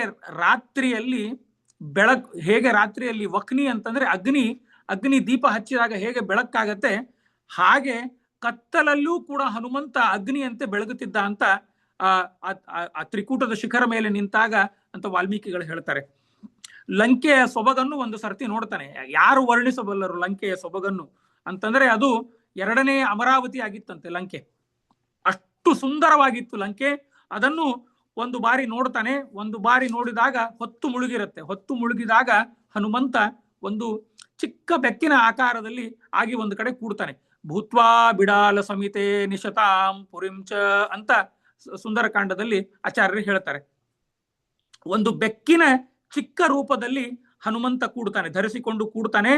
ಆಗ ಕತ್ತಲೆ ಆದ ಮೇಲೆ ಹನುಮಂತ ಏನು ಮಾಡ್ತಾನಂತಂದ್ರೆ ಅಲ್ಲಿಂದ ಇದಕ್ಕೆ ಹೋಗ್ತಾನೆ. ಲಂಕೆಯ ಬಾಗಿಲಕ್ಕೆ ಹೋದಾಗ ಅಲ್ಲಿ ಒಬ್ಳು ಲಂಕೆ ದೇವತೆ ಇರ್ತಾಳೆ. ಅವಳಿಗೆ ಒಂದು ಚತುರ್ಮುಖನ ವರ ಇರುತ್ತೆ. ಆಗ ನೋಡಿ, ಲಂಕೆ ದೇವತೆ ಅವಳು ಗ್ರಾಮ ದೇವತೆ, ಅವಳು ಕೋಟೆ ಕಾಯ್ತಾ ಇರೋವಳು. ಅವಳು ಹೆಣ್ಣನ್ನು ಹತ್ಯೆ ಮಾಡಬಾರದು, ರಾಕ್ಷಸರು ಬಿಡಿ, ಇಲ್ಲಿ ಪಾಪ ಇವಳು ದೇವತೆ, ಅವಳಿಗೆ ಹತ್ಯೆ ಮಾಡಬಾರದು ಅಂತ ಹೇಳಿ ಸುಮ್ಮನೆ ಎಡಗೈಯಿಂದ ಅವಳ ಬಾಯಿಯನ್ನು ಮುಚ್ಚುತ್ತಾನೆ ಹನುಮಂತ. ಮುಚ್ಚಿದಾಗ ದಮ್ಮಯ್ಯ ಮಾರಾಯ ನೀನು ಒಳಗೆ ಹೋಗು ಅಂತ ಹೇಳಿ ಬಿಡ್ತಾಳೆ. ಅವಳ ಬೆನ್ನ ಮೂಳೆ ಎಲ್ಲ ಪುಡಿ ಆಯ್ತಂತೆ ಆ ದೇವತೆಗೆ. ಮಹಾನುಭಾವ ನಿನಗೆ ಲಂಕೆಗೆ ಸ್ವಾಗತ, ನೀನು ಒಳಗೆ ಹೋಗು ಅಂತ ಅವಳು ಹೇಳ್ತಾಳೆ. ಆಗ ನಿಮಗೆ ಈಗ ನೋಡಿ ಭಾರಿ ರೋಚಕ. ಈಗ ವಾಲ್ಮೀಕಿಗಳು ಪ್ರಾಯ ಎಷ್ಟು ಕ್ಲಬ್ಬು ಎಷ್ಟು ಬಾರ್ಗಳಿಗೆ ಹೋಗಿದ್ದಾರೆ ಅನ್ನೋದು ನಮಗಂತೂ ಗೊತ್ತಿಲ್ಲ. ಅವರ ವಿಶ್ಲೇಷಣೆ ಮಾಡೋದು ನೋಡಿದ್ರೆ ಪ್ರಾಯ ಅವರು ಸುಮಾರು ಬಾರು ಕ್ಲಬ್ಗಳೆಲ್ಲ ನೋಡಿದ್ದಾರೆ ಅಂತ ಅನ್ಸುತ್ತೆ. ಆಗ ಹನುಮಂತ ಸೀತೆಯನ್ನು ಹುಡುಕ್ಲಿಕ್ಕೆ ಪ್ರಾರಂಭ ಮಾಡಿದ ಲಂಕೆಯಲ್ಲಿ. ಆಗ ಲಂಕೆಯ ಒಂದೊಂದು ಮನೆಯ ವಿಶ್ಲೇಷಣೆ ಮತ್ತೆ ರಾವಣನ ರಾಜ್ಯದ ವಿಶ್ಲೇಷಣೆ ವಾಲ್ಮೀಕಿಗಳು ಮಾಡ್ತಾರೆ. ಅಂತಂದ್ರೆ ಕೆಲವರು ಕುಡಿತಾ ಇರ್ತಾರೆ, ಕೆಲವರು ನಗ್ನರಾಗಿ ಕುಡಿದು ನಶೆಯಲ್ಲಿ ಬಿದ್ದಿರ್ತಾರೆ, ಕೆಲವರು ನವಿಲದ ಮಾಂಸ, ಕೆಲವರು ಹಂದಿಯ ಮಾಂಸವನ್ನು ಸ್ವೀಕಾರ ಮಾಡ್ತಾರೆ, ಕೆಲವರು ಏನ್ ಮಾಡ್ತಾ ಇದ್ದಾರೆ ಅಂತಂದ್ರೆ ಯಾರೋ ಒಬ್ರು ಕುಡಿದು ಮಲಗಿದ್ದಾರೆ, ಅವಳು ಒಬ್ಳು ಯಾರೋ ಬಂದು ಆ ಮಲಗಿರೋವನ್ನೇ ವೀಣೆ ಅನ್ಕೊಂಡು ಬಾರಿಸ್ತಾ ಇದ್ದಾಳೆ, ಹಾಗೆ ವೀಣೆ ತರ ಇದನ್ ಮಾಡ್ತಾ ಇದ್ದಾಳೆ. ಆಮೇಲೆ ಇನ್ನೊಬ್ಳು ಏನ್ ಮಾಡಿರ್ತಾಳಂತಂದ್ರೆ ಅಲ್ಲಿ ಒಂದು ದಿಂಬಿರತ್ತೆ, ಅದು ನನ್ನ ಪ್ರಿಯತಮ ಅಂತ ಹೇಳಿ ಆ ದಿಂಬಿಗೆ ಅಪ್ಪಿಕೊಂಡು ಬಿಟ್ಟಿರ್ತಾಳಂತ. ಅಂದ್ರೆ ಕುಡಿದು ಒಂದು ನಿಶೆಯಲ್ಲಿ ಎಲ್ಲವೂ ಕೂಡ ನಡೆದರೂ ವಾಲ್ಮೀಕಿಗಳು ಉಲ್ಲೇಖ ಮಾಡ್ತಾರೆ ಸುಂದರಕಾಂಡದಲ್ಲಿ ಅಂತ ಬಹಳ ಚೆನ್ನಾಗಿ ಅವರು ವಿವರಣೆ ಮಾಡ್ತಾರೆ. ಆಗ ಸೀತೆ ಎಲ್ಲೂ ಸಿಗಲ್ಲ. ಆದರೆ ಇಡೀ ಲಂಕೆಯಲ್ಲಿ ಕೇವಲ ಒಬ್ಬ ಮನೆಯಲ್ಲಿ ಮಾತ್ರ ಹರಿಯ ನಾಮಸ್ಮರಣೆ ಆಗ್ತಾ ಇತ್ತು, ಅದು ವಿಭೀಷಣನ ಮನೆ. ಬೇರೆಯವರ ಎಲ್ಲಾ ಮನೆನೇ ಅಲ್ಲ, ಎಲ್ಲಾ ಬಾರು ಕ್ಲಬ್ಗಳು ಇದ್ದಂಗೆ ಹಾಗೆ ಅಲ್ಲಿ ಚಿತ್ರಣ ಮಾಡ್ತಾರೆ ವಾಲ್ಮೀಕಿಗಳು. ಆದರೆ ಹನುಮಂತ ಎಲ್ಲ ಕಡೆ ಹುಡುಕಿದಾಗ ಅಶೋಕವನಕ್ಕೆ ಹೋಗ್ತಾನೆ. ನಾನು ಸಂಕ್ಷಿಪ್ತವಾಗಿ ಕಥೆಯನ್ನು ವಿವರಿಸ್ತಾ ಇದ್ದೇನೆ, ಯಾಕೆಂದ್ರೆ ನಮಗೆ ನಾಳೆ ಒಂದೇ ದಿನ ರಾಮಾಯಣವನ್ನು ಮುಕ್ತಾಯ ಮಾಡಲಿಕ್ಕೆ. ನಿಮಗೆ ಕಥೆ ಗೊತ್ತಿದೆ, ನಾನು ಮುಖ್ಯವಾಗಿ ಆ ಕ್ಯಾರೆಕ್ಟರ್ ಬಗ್ಗೆ ಮಾತ್ರ ವಿಶ್ಲೇಷಣೆ ಮಾಡ್ತಾ ಇದ್ದೇನೆ. ಅಲ್ಲಿ ಅಶೋಕವನಕ್ಕೆ ಹೋಗ್ತಾನೆ. ಅಶೋಕವನದಲ್ಲಿ ಸೀತೆ ಕೂತಿದ್ದು ನೋಡ್ತಾನೆ. ಸೀತೆ ಕೂತಿದ್ದು ನೋಡಿದಾಗ ಅವಳು ಯಾವ ಕೆಳಗೆ ಕೂತಿದ್ಲಲ್ಲ, ಅಲ್ಲಿ ಅವನು ಮೇಲೆ ಹೋಗಿ ಕೋತಿಯ ಒಂದು ಮಂಗನಾಗಿ ಕೂತು ರಾಮ ಗುಣಗಾನ ಮಾಡ್ಲಿಕ್ಕೆ ಪ್ರಾರಂಭ ಮಾಡ್ತಾನೆ. ರಾಮ ಗುಣಗಾನ ಮಾಡ್ಲಿಕ್ಕೆ ಪ್ರಾರಂಭ ಮಾಡಿದಾಗ ಅದಕ್ಕಿಂತ ಮುಂಚೆ ಏನಾಗಿದೆ ಅಂತಂದ್ರೆ, ಇವನು ರಾವಣ ಬಂದು ಸೀತೆಗೆ ಹೇಳಿರ್ತಾನೆ, ನಿನಗೆ ಇನ್ನು 2 ತಿಂಗಳು, 2 ತಿಂಗಳಲ್ಲಿ ನೀನು ನನಗೆ ಮದುವೆ ಆದಿಯೋ ಆದೆ, ಇಲ್ಲ ಅಂತಂದ್ರೆ ನನ್ನ ಬೆಳಗಿನ ಆಹಾರಕ್ಕೆ ನೀನು ಬ್ರೇಕ್ಫಾಸ್ಟ್ಗೆ ನೀನೇ ಅಂತ ರಾವಣ ಅವಳಿಗೆ ಹೇಳಿ ಹೋಗಿರ್ತಾನೆ. ಆಗ ಸೀತೆ ಏನ್ ಮಾಡ್ತಾಳಂತಂದ್ರೆ, ಈ ಬಹಳ ಅಳ್ತಾ ಕೂತಿರ್ತಾಳಲ್ಲಿ. ಅಲ್ಲಿ ಮೇಲ್ಗಡೆ ಹನುಮಂತ ರಾಮ ಗುಣಗಾನವನ್ನು ಮಾಡ್ತಾ ಕೂಡ್ತಾನೆ. ರಾಮ ಗುಣಗಾನ ಯಾರು ಮಾಡ್ತಾರಪ್ಪ ಅಂತ ಮೇಲೆ ನೋಡ್ತಾಳೆ, ಇವನು ಇರ್ತಾನೆ. ಇವನು ನಿಧಾನಕ್ಕೆ ಕೆಳಗೆ ಬರ್ತಾನೆ. ಕೆಳಗೆ ಬಂದಾಗಲೂ ಕೂಡ ಸೀತೆ ನಂಬಲ್ಲ ಅವನಿಗೆ. ಯಾಕೆ ಅಂತಂದ್ರೆ ರಾವಣನಲ್ಲಿ ಅನೇಕ ಮಾಯಾವಿ ಜನರಿರ್ತಾರೆ, ಅವರೇ ಎಲ್ಲಾದ್ರೂ ವೇಷ ಹಾಕೊಂಡು ಬಂದ್ರೇನೋ ಅಂತ ಹೇಳಿ ಇದನ್ನ ಯಾಕೆಂತಂದ್ರೆ ಅನೇಕ ಬಾರಿ ರಾವಣ ಮಾಯಾವಿ ವೇಷದಿಂದ ರಾಮನ ಶಿರಚ್ಛೇದ ಮಾಡಿದೆ ಅಂತ ತಂದು ತೋರಿಸಿದ್ದು ಉಂಟು ಆ ಕಥೆ ನಮಗೆ. ಅಲ್ಲಿ ಇವನು ಹನುಮಂತ ರಾಮನ ಗುಣಗಾನ ಮಾಡ್ತಾ ಕೂತಿರ್ತಾನೆ. ಆಗ ಕಪಿ ಇವಳು ಮೊದಲನೇ ಬಾರಿ ನಂಬಲ್ಲ ಹನುಮಂತ ಅಂತ. ಆಮೇಲೆ ನಿಧಾನಕ್ಕೆ ಕೇಳಿದಾಗ ಅವಳು ಹೇಳ್ತಾಳೆ, ನೀನು ರಾಮನ ಗುಣಗಾನ ಮಾಡ್ತಾ ಇದ್ದೀಯಲ್ಲ, ನೀನು ಯಾರ ನೀನು ಅಂತ ಕೇಳ್ತಾಳೆ. ಆಗ ಇವನು ಹೇಳ್ತಾನೆ, ನಾನು ಸುಗ್ರೀವನ ಸಚಿವ, ನಾನು ನಿಮ್ಮ ರಾಮಚಂದ್ರ ಮತ್ತೆ ಲಕ್ಷ್ಮಣ ನಮಗೆ ಕಿಷ್ಕಿಂಧೆಯಲ್ಲಿ ಭೇಟಿಯಾದರು, ಅವರ ಸುದ್ದಿ ಎಲ್ಲ ತಿಳಿದೆ, ನಾನು ಸೀತಾನ್ವೇಷಣೆಗಾಗಿ ನಾನು ನಿನ್ನನ್ನು ನೋಡ್ಲಿಕ್ಕೆ ಬಂದಿದ್ದೇನೆ ತಾಯಿ ಅಂತ ಹೇಳಿ ಉಂಗುರವನ್ನು ಸೀತೆಗೆ ಕೊಡ್ತಾನೆ. ಸೀತೆಗೆ ಉಂಗುರ ಕೊಟ್ಟಾಗ ಸೀತೆ ಆ ಉಂಗುರವನ್ನು ತಗೊಂಡು ಕಣ್ಣಿಗೆ ಎಲ್ಲವನ್ನು ಹಚ್ಚಿ ತಲೆ ಮೇಲೆ ಇಟ್ಟುಕೊಂಡು ತುಂಬಾ ಅಳ್ತಾಳಂತೆ ಸೀತೆ. ರಾಮ ಯಾಕೆ ಬರಲಿಲ್ಲ, ರಾಮನನ್ನು ಕರೆಯಲಿಕ್ಕೆ ಯಾಕೆ ಬರಲಿಲ್ಲ ಅಂತ ಕೇಳಿದಾಗ ಹನುಮಂತ ಹೇಳ್ತಾನೆ, ತಾಯಿ ರಾಮ ಇನ್ನ ಬಂದೇ ಬರ್ತಾನೆ, ನಿನ್ನನ್ನು ಕರ್ಕೊಂಡು ಹೋಗ್ತಾನೆ. ನಾನು ಈ ಸುದ್ದಿಯನ್ನು ರಾಮನಿಗೆ ಒಪ್ಪಿಸಬೇಕು. ನೀನು ಇಲ್ಲಿದ್ದೀಯ ಅಂತ ಹೇಳಿ ಸುದ್ದಿ ರಾಮನಿಗೆ ಒಪ್ಪಿಸಿದರೆ ಎಲ್ಲ ಕಪಿಸೇನೆ ಬರ್ತಾರೆ. ಎಲ್ಲ ಕಪಿಸೇನೆ ಬಂದರೆ ಯಾರ ಕಪಿಸೇನೆ ಬರೋದೇನು ಅವಶ್ಯಕತೆ ಇಲ್ಲ, ರಾಮನ ಒಂದು ಬಾಣ ಸಾಕು ರಾವಣನನ್ನು ಸದೆ ಬಡಿಲಿಕ್ಕೆ. ಆದರೆ ಕಪಿಸೇನೆಯಾಗಿ ರಾಮ ಬಂದು ನಿನ್ನನ್ನು ಕರ್ಕೊಂಡು ಹೋಗ್ತಾನೆ ಅಂತ ಹನುಮಂತ ಹೇಳ್ತಾನೆ. ಆಗ ಹನುಮಂತ ಹೇಳ್ತಾನೆ ಒಂದು ಮಾತು, ತಾಯಿ ನಾನು ಹೆಗಲ ಮೇಲೆ ಕೂತ್ಕೊಂಡ್ ಬಿಡು, ನಾನೇ ಕರ್ಕೊಂಡು ಹೋಗ್ತೀನಿ ಅಂತಂದಾಗ ಅವಳು ಅಂತಾಳೆ, ನೋಡಪ್ಪ ಇದೇ ಕಪಿ ಬುದ್ಧಿ ಬೇಡ ನಿಂದು, ನಾನು ನಿನ್ನ ಹೆಗಲ ಮೇಲೆ ಕೂತ್ಕೊಂಡು ಹೋಗೋದು, ರಾಕ್ಷಸರಿಗೆ ಗೊತ್ತಾಗೋದು, ನಾನು ಹೋಗುತ್ತಾ ಎಲ್ಲಿ ಕೆಳಗಾದ್ರೆ ಸಮುದ್ರದಲ್ಲಿ ಬಿಡೋದು, ಅವೆಲ್ಲ ಬೇಡವೇ ಬೇಡ, ನೀನು ನನ್ನ ಗಂಡ ಬಂದು ರಾಮನೇ ಬಂದು ಕರ್ಕೊಂಡು ಹೋಗಲಿ ಅಂತ ಹೇಳ್ತಾನೆ. ಆಗ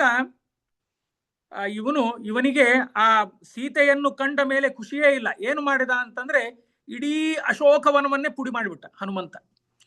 ಪುಡಿ ಮಾಡಿದಾಗ ರಾವಣನಿಗೆ ಸುದ್ದಿ ಹೋಯ್ತು, ಒಂದು ಯಾವುದೋ ಕಪಿ ಬಂದು ಅಶೋಕವನ ಪುಡಿ ಮಾಡ್ತಾ ಇದೆ ಅಂತಂದಾಗ ಆ ಹನುಮಂತ ಬರ್ತಾನೆ. ಹನುಮಂತನನ್ನು ಅವರು ಸೆರೆ ಅಂತಂದ್ರೆ ಹಿಡ್ಕೊಂಡು ಕರ್ಕೊಂಡು ಹೋಗ್ತಾರೆ ರಾವಣನ ಮುಂದೆ. ಆಗ ರಾವಣ ಕೇಳ್ತಾನೆ, ಯಾರಯ್ಯ ನೀನು ಕಪಿ ಅಂತ ಕೇಳಿದಾಗ ಹನುಮಂತ ಹೇಳಲ್ಲ, ಅವನೇನು ಲೆಟರ್ ಹೆಡ್ ತಗೊಂಡು ಬಂದಿರಲಿಲ್ಲ, ನಂದು ಪೌರುಷ ಎಷ್ಟಿದೆ, ನನಗೆ ಇಷ್ಟು ಬಿರುದು ಬಂದಿದೆ, ಇಷ್ಟು ನನಗೆ ಶಾಲೆ ಹೊಚ್ಚಿದ್ದಾರೆ, ಇಷ್ಟು ಸರ್ಟಿಫಿಕೇಟ್ ಬಂದಿದೆ ಅಂತ ಹನುಮಂತ ಲೆಟರ್ ಹೆಡ್ ಏನು ತಗೊಂಡು ಬಂದಿರಲಿಲ್ಲ. ಅವನು ಸ್ವಚ್ಛವಾಗಿ ಹನುಮಂತ ಹೇಳ್ತಾನೆ, ದಾಸೋಹಂ ಕೋಸಲೇಂದ್ರಸ್ಯ ರಾಮಸ್ಯ ಅಕ್ಲಿಷ್ಟ ಕರ್ಮಣಃ, ನಾನು ರಾಮನ ಚರಣದಾಸ, ನಾನು ದಾಸೋಹಂ ಕೋಸಲೇಂದ್ರಸ್ಯ ಅಂತಂದ್ರೆ ರಾಮಚಂದ್ರನ ದಾಸ ನಾನು ಅಂತ ಹೇಳ್ತಾನೆ. ಆಗ ರಾವಣ ರಾವಣನಿಗೆ ಸ್ವಲ್ಪ ದಿಗ್ಭ್ರಾಂತಿ ಆಗತ್ತೆ. ಯಾಕೆಂತಂದ್ರೆ ಅಶೋಕವನ ಪುಡಿ ಮಾಡಿದ್ದ ಈ ಕಪಿ ಇವನಿಗೆ ತಕ್ಕ ಶಾಸ್ತಿ ಮಾಡಬೇಕು ಅಂತ ಹೇಳಿ ಅವನ ಬಾಲಕ್ಕೆ ಬೆಂಕಿ ಇಡ್ತಾರೆ. ಬೆಂಕಿ ಇಟ್ಟಾಗ ಅಲ್ಲಿ ಒಂದೇನೋ ಒಂದು ಸಿನಿಮಾದಲ್ಲಿದೆ ಅಲ್ಲ, ಅಲ್ಲಿ ಆ ಬಾಲ ದೊಡ್ಡದಾಗೋದು, ಆ ಬಾಲವನ್ನು ಸುತ್ತಿ ಅದರ ಮೇಲೆ ಹನುಮಂತ ಕೂತ್ಕೊಳ್ಳೋದು, ಅವೆಲ್ಲ ಏನೂ ಇಲ್ಲ, ಅವೆಲ್ಲ ನಾಟಕದ ಕಥೆ. ಇಲ್ಲಿ ನೇರ ಬಾಲಕ್ಕೆ ಬೆಂಕಿ ಇಡ್ತಾರೆ. ಅಲ್ಲಿ ನೋಡಿ ಒಂದು ರಾವಣ ಏನ್ ಮಾಡ್ತಾನೆ ಅಂತಂದ್ರೆ ಅವನನ್ನು ಸೆರೆಮನೆಯಲ್ಲಿ ಹಾಕಲ್ಲ. ಯಾಕೆ ಅಂತಂದ್ರೆ ಅವನು ಒಬ್ಬ ದೂತ ಆಗಿ ಬಂದಿದ್ದ, ಹೀಗಾಗಿ ಅವನು ಸೆರೆಮನೆಯಲ್ಲಿ ಹಾಕಲ್ಲ. ಏನಾದ್ರೂ ಅವನಿಗೆ ಶಿಕ್ಷೆ ಕೊಡ್ಬೇಕಲ್ಲ ಅಂತೇಳಿ ಬಾಲಕ್ಕೆ ಬೆಂಕಿ ಇಡ್ತಾರೆ. ಆಂಜನೇಯ ಇಡೀ ಲಂಕೆಯನ್ನು ಸುಟ್ಟು ಬಿಡ್ತಾನೆ. ಇಡೀ ಲಂಕೆ ಸುಡ್ತಾನೆ. ಇಡೀ ಲಂಕೆ ಸುಟ್ಟಾಗ ಆಂಜನೇಯನಿಗೆ ಒಂದು ತಲೆಬಿಸಿ ಆಯ್ತು. ಅಯ್ಯೋ, ನಾನು ಲಂಕೆ ಸುಟ್ಟೆ, ಅದರಲ್ಲಿ ಅಲ್ಲಿ ಅಶೋಕವನವನ್ನು ಸುಟ್ಟೇನು, ಅದರಲ್ಲಿ ಸೀತೆ ಇದ್ಲೆ ಅಂತೇಳಿ ಮತ್ತೆ ಇನ್ನೊಂದು ಸರ್ತಿ ಅಂತಂದ್ರೆ ಕ್ಯಾರೆಕ್ಟರ್ ಬಿಲ್ಡ್ ಎಷ್ಟು ಚೆನ್ನಾಗಿ ಮಾಡ್ತಾರೆ ನೋಡಿ ವಾಲ್ಮೀಕಿಗಳು. ಹಾಗೆ ಅವನು ಇಡೀ ಲಂಕೆಯನ್ನು ಸುಡ್ತಾನೆ. ಮತ್ತೆ ಹೋಗಿ ಅಶೋಕವನ ಅಲ್ಲಿ ಸೀತೆ ಇದ್ದಾಳೋ ಇಲ್ಲೋ ಅಂತ ನೋಡಿಕೊಂಡು ಸೀತೆಯ ಚೂಡಾಮಣಿಯನ್ನು ತೆಗೆದುಕೊಂಡು ಮತ್ತೆ ಆಂಜನೇಯ ಅವನ ಬಾಲಿಗೆ ಬೆಂಕಿ ಬಿದ್ದಿದ್ದು ಸಮುದ್ರದಲ್ಲಿ ಅದನ್ನು ಮಿಂದಿ ಆಮೇಲೆ ಮತ್ತೆ ಕಿಷ್ಕಿಂಧೆಗೆ ಹಾರ್ತಾನೆ. ಇಲ್ಲಿ ಒಂದು ವಿಷಯ ಹೇಳಬೇಕು ನಿಮಗೆ.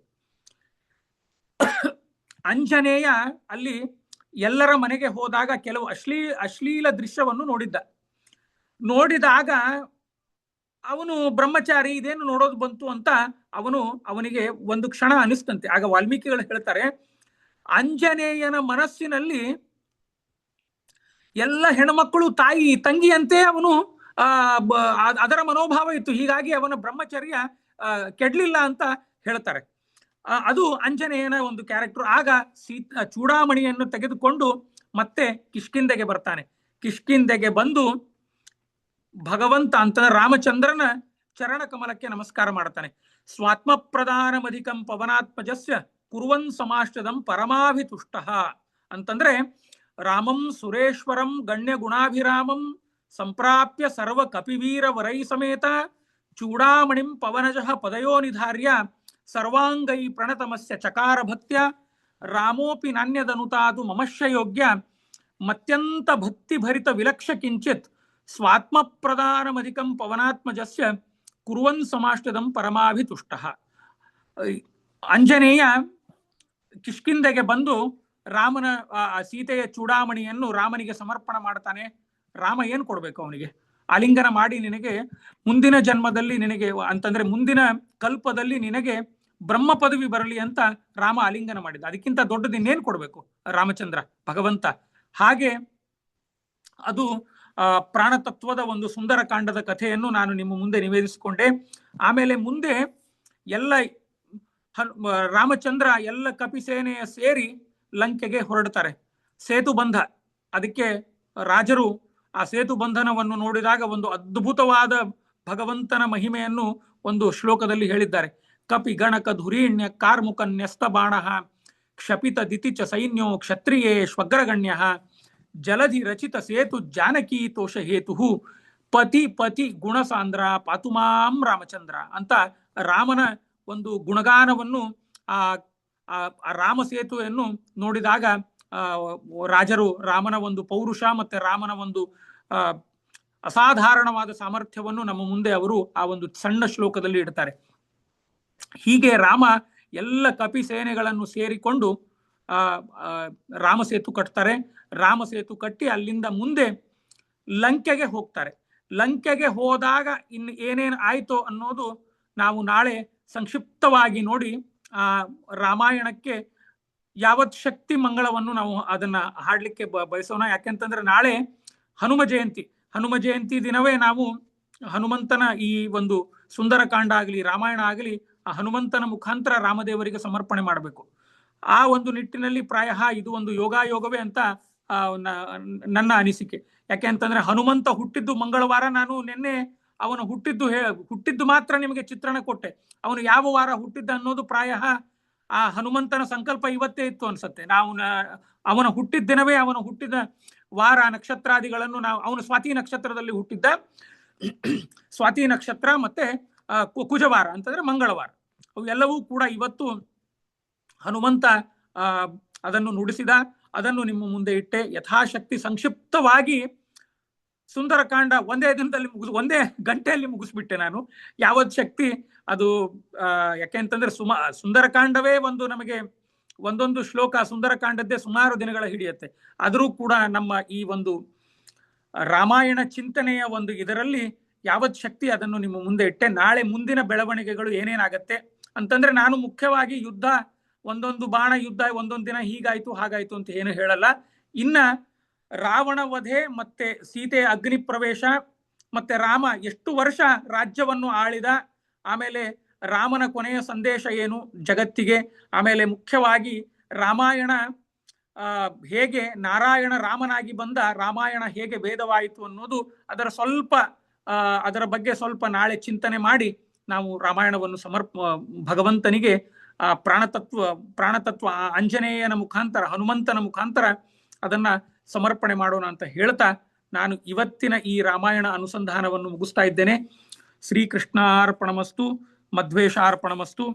ಯತ್ಸರ್ವಗುಣ ಸಂಪೂರ್ಣಂ ಸರ್ವದೋಷ ವಿವರ್ಜಿತಂ ಪ್ರಿಯತಾಂ ಪ್ರೀತಯೇವಾಲಂ ವಿಷ್ಣುರ್ಮೇ ಪರಮಸಹೃತ್. ನಾಹಂ ಕರ್ತಾ ಹರಿಕರ್ತಾ ತತ್ಪೂಜಾ ಕರ್ಮಚಾಖಿಲಃ ತಥಾಪಿ ಮತ್ಕೃತಾ ಪೂಜಾ ತತ್ಪ್ರಸಾದೇನ ನಾನ್ಯಥಾ ತದ್ಭಕ್ತಿ ತತ್ಫಲಂ ತತ್ಮಹ್ಯಃ ಪುನಃ ಪುನಃ ಕರ್ಮನ್ಯಾಸೋ ಹರಾದೇವ ವಿಷ್ಣೋತೃಪ್ತಿಕರಃ ಸದಾ. ಯತ್ಸರ್ವಗುಣ ಸಂಪೂರ್ಣಂ ಸರ್ವದೋಷ ವಿವರ್ಜಿತಂ ಪ್ರಿಯತಾಂ ಪ್ರೀತಯೇವಾಲಂ ವಿಷ್ಣುರ್ಮೇ ಪರಮಸಹೃತ್. ಕಪಿ ಗಣಕಧುರೀಣ್ಯ ಕಾರ್ಮುಕನ್ಯಸ್ತಬಾಣಃ ಶಪಿತ ದಿತಿ ಚ ಸೈನ್ಯೋ ಕ್ಷತ್ರಿಯೇಷ್ವಗ್ರಗಣ್ಯಃ ಜಲಧಿರಚಿತ ಸೇತು ಜಾನಕೀ ತೋಷ ಹೇತು ಪತಿ ಪತಿ ಗುಣಸಾಂದ್ರ ಪಾತು ಮಾಂ ರಾಮಚಂದ್ರ. ಶ್ರೀರಾಮ ರಾಮ ರಾಮೇತಿ ರಮೇ ರಾಮೇ ಮನೋರಮೆ ಸಹಸ್ರನಾಮ ತತ್ತುಲ್ಯಂ ರಾಮನಾಮ ವರಾನಮೆ. ಶ್ರೀರಾಮ ಜಯ ರಾಮ ಜಯ ಜಯ ರಾಮ್, ಶ್ರೀರಾಮ ಜಯ ರಾಮ ಜಯ ಜಯ ರಾಮ್. ಓಂ ಸ್ವಸ್ತಿ. ಶ್ರೀಕೃಷ್ಣಾರ್ಪಣಮಸ್ತು, ಮಧ್ವೇಶಾರ್ಪಣಮಸ್ತು. ಏನಾದರೂ ಪ್ರಶ್ನೆ ಇದ್ರೆ ಕೇಳ್ಬೋದು.